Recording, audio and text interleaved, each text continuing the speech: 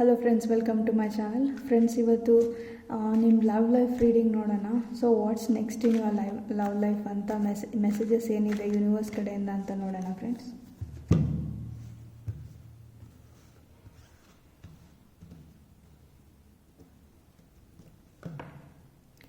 So friends, ನೀವು difficult ಸಿಚುವೇಷನಲ್ಲಿರ್ಬೋದು, ನಿಮ್ಮ ಲವ್ ಲೈಫ್ ರಿಲೇಟೆಡು ಕನ್ಫ್ಯೂಸ್ಡ್ ಆಗಿರ್ಬೋದು. ನಿಮ್ಗೆ ಯಾರಾದರೂ ಆಫರ್ ಮಾಡಿದರೆ ಅವ್ರ ಆಫರ್ನ ಅಕ್ಸೆಪ್ಟ್ ಮಾಡ್ಕೊಬೇಕಾ ಇಲ್ವಾ ಅಂತ ಕನ್ಫ್ಯೂಷನಲ್ಲಿರ್ಬೋದು ಫ್ರೆಂಡ್ಸ್ ನೀವು. ಸೊ ಇಲ್ಲಾಂದರೆ ನಿಮ್ಮ ಲೈಫಲ್ಲಿ ಯಾರು ನೀವು ಇಷ್ಟಪಡೋರು ಯಾರೋ ಲವ್ ಆಫರ್ ಮಾಡ್ಬೋದು. ಸೊ ಏಸ್ ಆಫ್ ಸ್ವಾರ್ಡ್ಸ್ ಕಪ್ ಬಂದಿದೆ ಫ್ರೆಂಡ್ಸ್. ನಿಮಗೆ ಒಂದು ಮೆಂಟಲ್ ಕ್ಲಾರಿಟಿ ಬರುತ್ತೆ.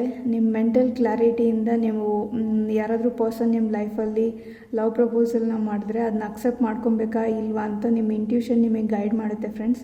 ಸೊ ನಿಮಗೊಂದು ಮೆಂಟಲ್ ಕ್ಲಾರಿಟಿ ಬರುತ್ತೆ. ನೀವೇನಾದರೂ ಸಿಂಗಲ್ಸ್ ಆಗಿದ್ದರೆ ನಿಮಗೆ ಲವ್ ಲೈಫ್ ಪ್ರಪೋಸಲ್ ಬರೋ ಚಾನ್ಸಸ್ ಇದೆ ಅಂತ ಹೇಳ್ತೀನಿ ಫ್ರೆಂಡ್ಸ್.